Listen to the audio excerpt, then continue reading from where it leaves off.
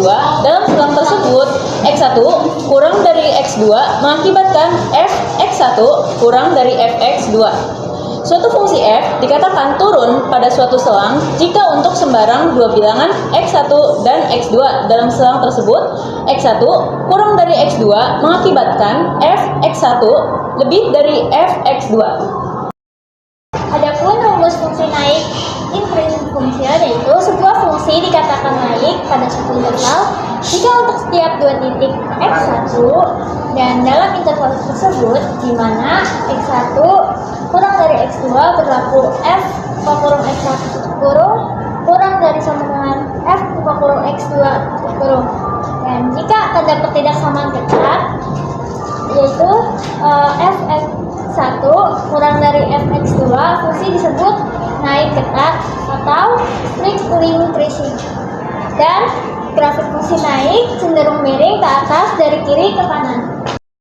Nah, yang kedua ada fungsi turunan. Sebuah fungsi dikatakan turun pada suatu interval jika untuk setiap x1 kurang dari x dalam interval tersebut berlaku fx1 lebih dari fx2. Jika tanda pertidaksamaan ketat fx1 lebih dari fx2, fungsi disebut turun ketat atau strictly decreasing. Nah, yang kedua itu adalah grafik fungsi turun cenderung miring ke bawah dari kiri ke kanan.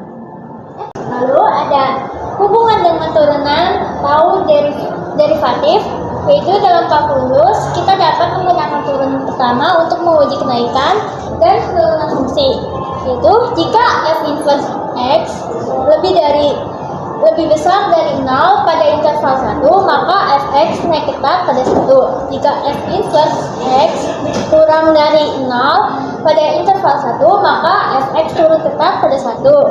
Dan jika f inverse x sama dengan 0, fungsi mungkin konstan atau berada di titik stasioner atau titik kritis. Oke, kita ke pembahasan soal pertama ya. Nah, yang pertama kan diketahui fungsi gx sama dengan 2x pangkat 3 dikurang 9x kuadrat tambah 12x. Nah, interval yang ditanya yaitu interval yang memenuhi kurva fungsi gx yang selalu naik. Nah, kita pertama-tama kita tulis dulu diketahui.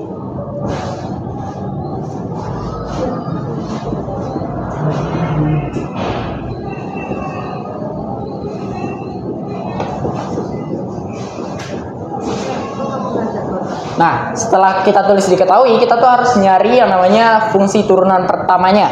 Makanya kita tulis G inverse X. Nah, kita jangan lupa ya kalau rumus turunan itu adalah N dikali A X pangkat N kurang 1. Maka kalau kayak begitu, ini tiganya kita kalikan 2. Jadi 6 X. Nah, yang tiganya ini nanti dikurang 1. Jadi 6X pangkat 2. Nah, yang ini karena ini sama juga, ini sebenarnya pangkat 1 kali 9 pangkat 2 dikali 9 maka hasil 18x pangkat 1 tambah 12. Nah, setelah itu kan kita tahu fungsi gx selalu naik, maka g inverse x nya itu lebih besar daripada 0. Nah, dari fungsi G inverse X tadi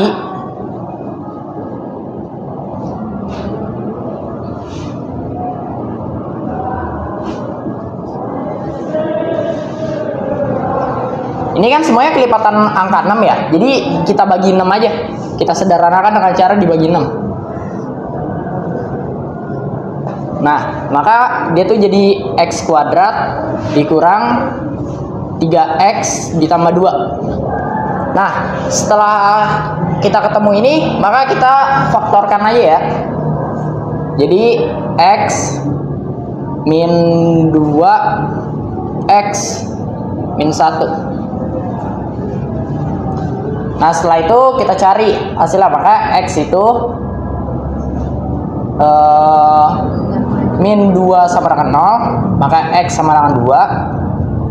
Dan X min 1 sama dengan 0, X sama dengan 1. Nah, setelah itu kita tuh harus melakukan pembuktian ya. Jadi kita pembuktian dulu di sini. Nah, ini anggapnya titik 1. Ini titik 2. Nah, sekarang kita harus nentuin supaya interval ini selalu naik gitu. Nah, kita mulai dari lebih kecil daripada 1 ya. Kita mulai anggap aja di sini 0. Nah, kita masukin angka 0 di sini. X-nya kita anggap saja X-nya itu sama dengan 0 lah. Maka 0 dikurang 1 itu sama dengan min 1. Dan 0 dikurang 2 itu sama dengan min 2. Nah, ini kan sama-sama negatif nih. Sama-sama negatif. Nah, ini dikaliin aja. Jadi hasilnya berarti positif. Hasil dari perkalian itu positif. Jadi kita dapat simpulan satu bahwa X-nya itu lebih kecil daripada 1. Nah, terus kita yang kedua. Nah, kita coba nih yang di antara 2 atau lebih kecil daripada 2. Kita anggap aja angkanya itu 1,5. Nah, karena kita coba angkanya 1,5 berarti X-nya itu 1,5. Nah, di sini kita coba 1,5 dikurang 1 sama dengan 1,5 dikurang 1 sama dengan 0,5. 0,5 dikurang 2 sama dengan min 0,5. Nah, ini kan yang satu positif, yang satu negatif. Jadi ini tuh kalau dikaliin dia hasilnya tuh negatif. Jadi ini tuh nggak termasuk ya. Yang ini negatif, sedangkan yang sebelumnya itu positif. Nah, sekarang kita cari, yaitu lebih dari 2. Nah, kita anggap aja angkanya 3. Jadi kita pembuktian di sini di atas sini ya. X-nya itu sama dengan 3, maka 3 dikurang 1 sama dengan 2. Ini hasilnya positif. Dan kita coba lagi 3 dikurang 2 itu sama dengan 1. Nah, ini kan sama-sama positif. Berarti kalau dikaliin sama-sama positif dong.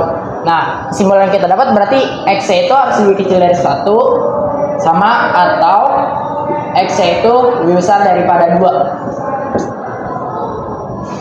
Sekian. Oke, pertama-tama kita turunin dulu fungsi Cx-nya. Jadi C aksennya sama dengan ini, cara kita turuninnya ini pangkat ini kita kali ke depan, terus pangkatnya ini dikurang 1. Jadi 2 kali 2 sama dengan 4. X pangkat 2 dikurang 1 sama dengan X. Nah, yang ini kan pangkat 1 nih. Kita kali ke depan tetap 160. Jadi ini X-nya hilang. Jadi gini. Terus habis itu syarat fungsi turun kan sama dengan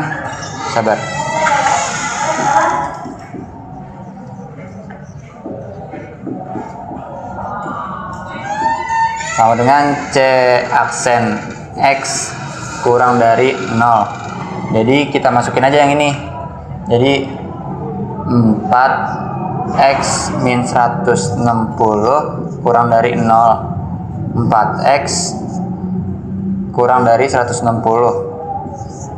X kurang dari 160 dibagi 4. Ini tinggal coret aja nih 4, jadi X kurang dari 40. Jadi kita bisa simpulkan suatu perusahaan akan mengalami penurunan penghasilan hariannya ketika perusahaan itu kurang memproduksi 40 kotak.